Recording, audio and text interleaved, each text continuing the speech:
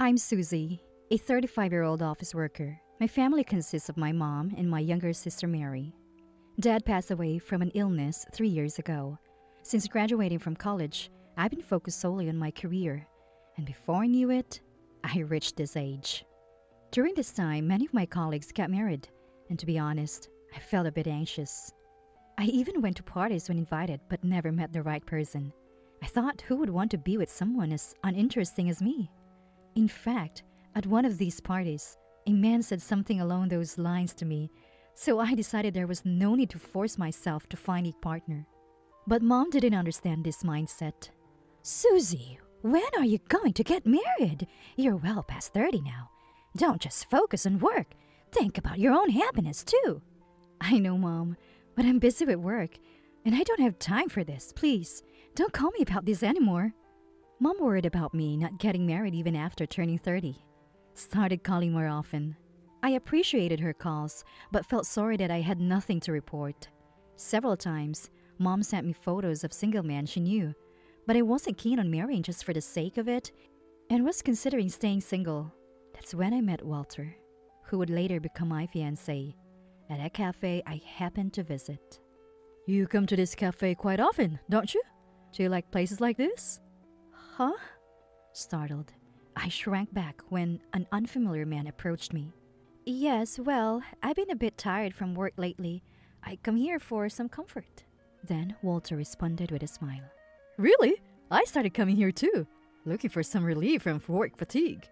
I was delighted that he responded with a smile to my uninteresting story. Turns out, Walter works for a major company and is considered a promising future leader. He said it's nice to be appreciated, but the pressure had been tiring him out lately, which is why he started coming to this calm and soothing cafe. That encounter led to us dating, and since he worked for a major company, he always took me to fancy restaurants, and he paid for everything every time. "You don't always have to take me to fancy places. A casual spot would be just fine." Worried about his financial situation, I couldn't help but say that. "Don't worry, I work for a big company and my salary is good, so don't think about it." Though he confidently said this every time, having never dated someone like him, I was initially bewildered. However, after half a year, Walter began to change. He started forgetting his wallet more often. "Oh, sorry. I left my wallet in my desk at work again. Can you cover for me this time?" Sure, that's okay." I ended up paying again, which made me wonder if he was doing it on purpose. But every time, Walter looked genuinely sorry, and a month later, he paid back everything I had covered.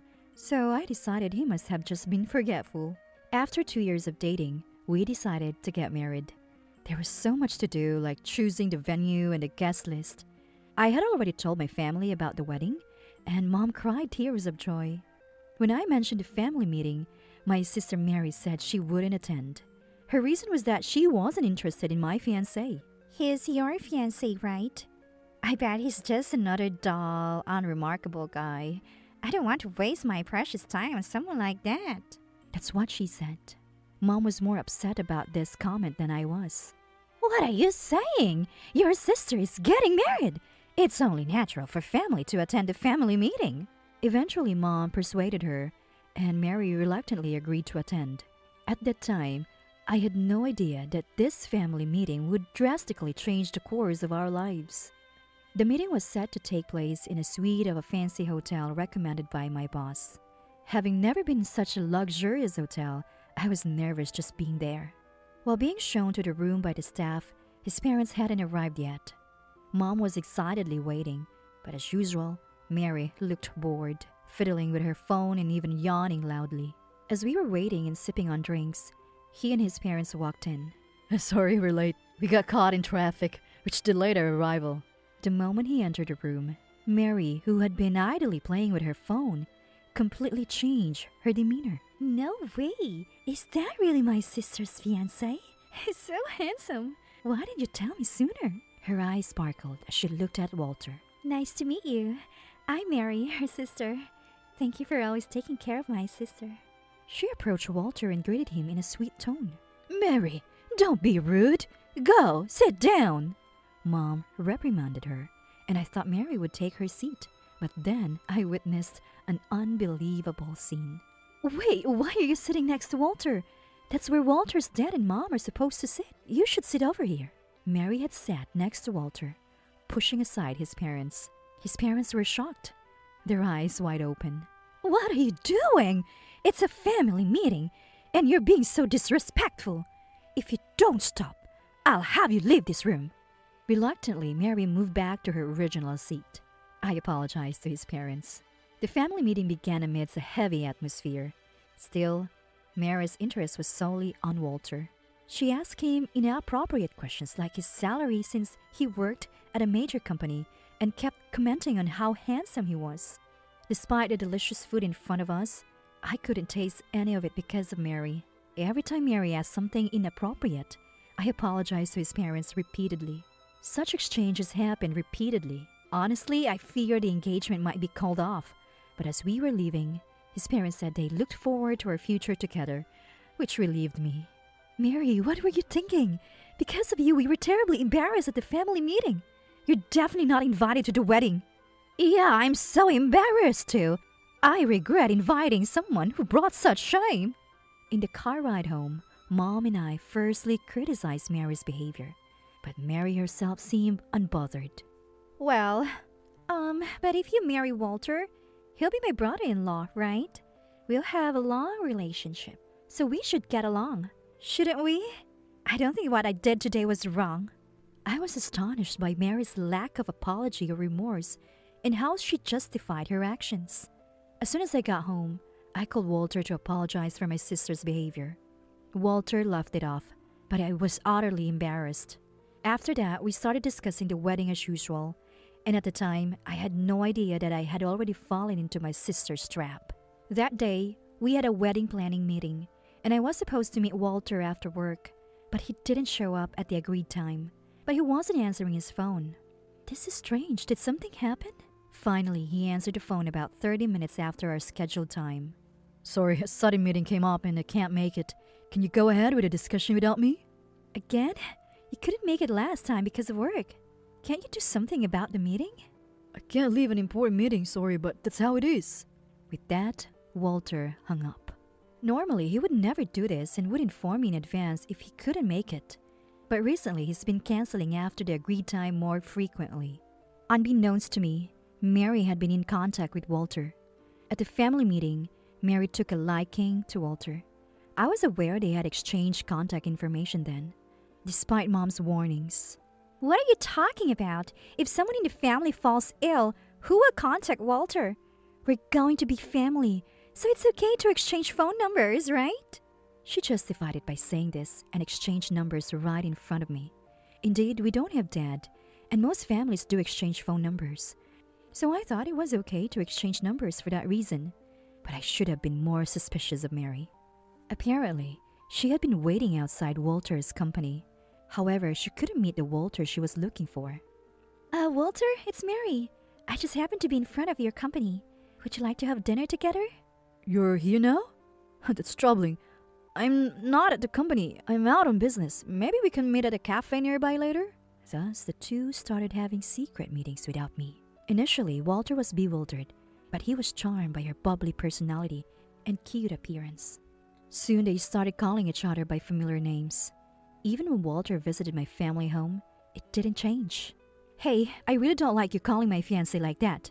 Can you tone it down a bit? I asked Mary to refrain, feeling quite upset. What's the problem? She's a fun and friendly person. There's no need to get mad over something like that, right? No matter how disrespectful Mary was, Walter didn't seem to mind. In fact, their closeness was becoming concerning. But that wasn't all.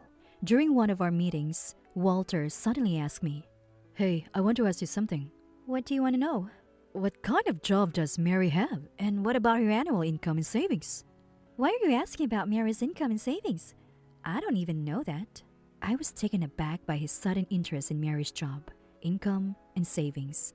Obviously, I didn't have an answer. And my distrust of Walter grew. With mixed feelings, the wedding day approached. And then, on what was supposed to be a joyous day, my wedding day, I experienced an unimaginable betrayal. It happened on the eve of the wedding. As I was about to sleep, preparing for the next day, Mary called me. Her words left me in disbelief. I have something to tell you. I'm getting married to Walter tomorrow. What? That doesn't make any sense. Explain yourself. I raised my voice in response to her absurd statement. That's right. Walter and I are getting married. He realized I'm cuter and I'm a better woman than you, so he decided to switch to me. It turned out they had been developing a relationship behind my back. Their close distance and familiar manner with each other now made sense. They were secretive when using their phones around me, hiding screens and getting angry when I asked, claiming they were just business messages. I had found it strange that he would smile mischievously while supposedly handling work messages. Now, it all made sense. The discomfort I had felt finally aligned. But what Mary was doing was inexcusable. It was stealing. Unaware or uncaring of my shock, Mary continued. By the way, you were planning your wedding at the Fiancé hotel tomorrow, right? It would be a waste to cancel the reservation and pay the cancellation fee, so I'll use it instead of you. Excuse me? Not content with just stealing my fiancé, she planned to have her wedding at the hotel we had reserved. It was a famous hotel where many celebrities had their weddings, a hotel I had secretly longed for. The thought of marrying Walter there had filled me with happiness and excitement. To have not only my fiancé, but also my dream taken away by my sister plunged me into utter despair. I called Walter for confirmation, and to my dismay, he was currently with Mary. I prefer someone bright and charming like Mary over a quiet person like you. Walter, laughing, said he preferred someone bright and charming like Mary over a quiet person like me.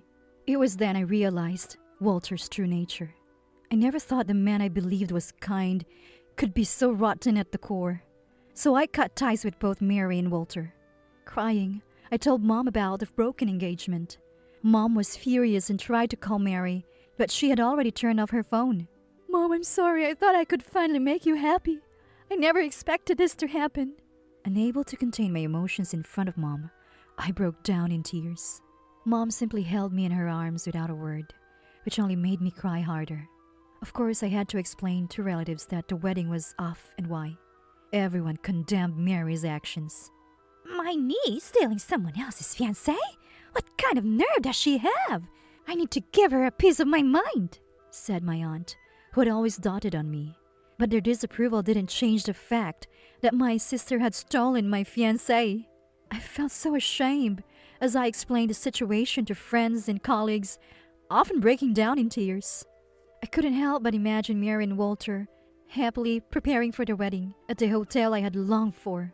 Mary, being who she is, must have bragged to all her friends about her wedding the next day. The thought made me feel unbearable regret. On the actual day of the wedding, I imagined them surrounded by friends, celebrating happily. But then on the day of the wedding, an unexpected punishment befell my sister. What's going on, big sister? Mary called during the time the ceremony was supposed to be happening. Why are you calling me? Don't ever contact me again, I said, about to hang up. But then Mary revealed something shocking. When I got to the venue, not a single guest was there, and I can't reach Walter at all. What's happening? No guests had shown up at the venue. Isn't that your fault? You probably bragged to your friends and told them to definitely come, right? Yes, I did brag to them all yesterday, saying they must come, but not a single person showed up. Bragging like that? Maybe that's why no one came. And who invites guests the day before the wedding? Normally you send invitations and get confirmations. And more importantly, Walter. I thought he worked for a major company, but it turns out he's a fraudster. Excuse me? I was shocked when I heard this. Walter had always claimed to be an employee of a major company with a promising future. And now, a fraudster? He had taken the money Mary gave for the wedding expenses and disappeared. I learned that he had done the same to several other women. He had been borrowing money from many women under various false pretenses, like needing funds for a new business or his mother's care. Each victim was swindled out of around $20,000, and they filed police reports against him. The truth about him being a fraudster was revealed on the wedding day when several of his victims unexpectedly showed up at the venue. They demanded compensation for their mental anguish and repayment of their lost money. That's when Mary found out Walter was a fraudster. I remember him asking me for money too. He said he might be going overseas for work and needed money for furniture, but I didn't lend him any because I didn't have much savings at the time. When he approached me, he talked about going independent and moving abroad. He asked for $20,000 for initial expenses. So the other victims were told similar stories and lent him money. He always used sweet words, promising a life free of financial worries after marriage to gain their trust and borrow money. The money he had been using on me was probably extracted from these women. He must have been sweet-talking women like that, getting them to support him financially. Hearing this, I was relieved that I didn't lend him any money when he asked. The police came to the wedding venue and he was arrested for fraud. What about my wedding? Mary complained, upset that her wedding was ruined. What can I say? You stole the man I was going to marry, and it turns out he was a fraudster. I'm actually relieved I didn't marry him. Thanks for taking him off my hands.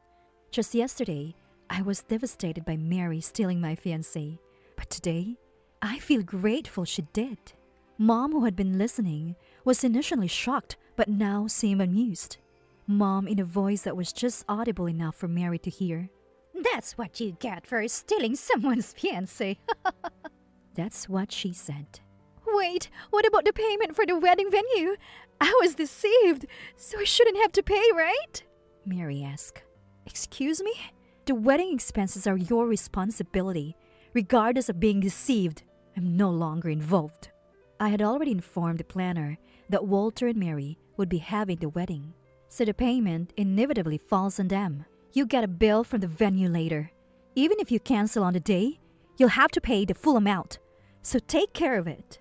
The cost of the wedding was about $50,000, a significant amount. I knew Mary couldn't pay it, but Mom firmly said she wouldn't help her this time, especially considering the trouble Mary had caused. Since Walter was in custody, he obviously couldn't pay, so the bill would go to Mary. Wait, I'm not good at saving money. I can't pay $50,000. Can you cover it for me, big sister? What are you talking about? Neither Mom nor I will help you. Just accept it and pay the $50,000. It's impossible. I can't do it. Please, help me. I promise I won't do anything like this again. Despite Mary's repeated pleas and cries over the phone, I felt no sympathy. Mary then went to see Walter in jail to ask him to pay for the wedding. But being incarcerated for fraud, he couldn't pay. So Mary ended up having to pay the full $50,000. Without any money left, she came to our house. Mom, help me. I've been evicted from my apartment. I have no savings. Let me stay here for a while. Normally, a parent might want to help their child in such a situation, but Mom's response was different. Help you? A woman who steals another's man is no daughter of mine. Sort out your own problems. With that, Mom refused to let her inside the house. Mary, who had thought Mom would be on her side, was left crying and begging at the door. But Mom was unmoved. Eventually, Mary had to find an old, rundown apartment to live in. Mary tried asking relatives and friends for loans, but given her reputation and attitude, they were fed up with her. She became a laughingstock, looked down upon my relatives and friends. Once I received a letter from Walter in prison, asking for help. He had no one to turn to and no money. Of course, I had no obligation to help him, so I threw the letter away and, considering my safety, decided to move elsewhere. 3 years later, I married my boss from the same company. I never thought I'd marry again, but he supported me when I was down. I never imagined that my soulmate was so close. He even booked the fancy hotel I originally wanted for our wedding, and we had a grand celebration. Blessed by many friends, relatives, and colleagues, I felt truly happy. Most importantly, I could finally give Mom peace of mind and felt genuinely relieved. I'm determined to keep this happiness and work hard for our future.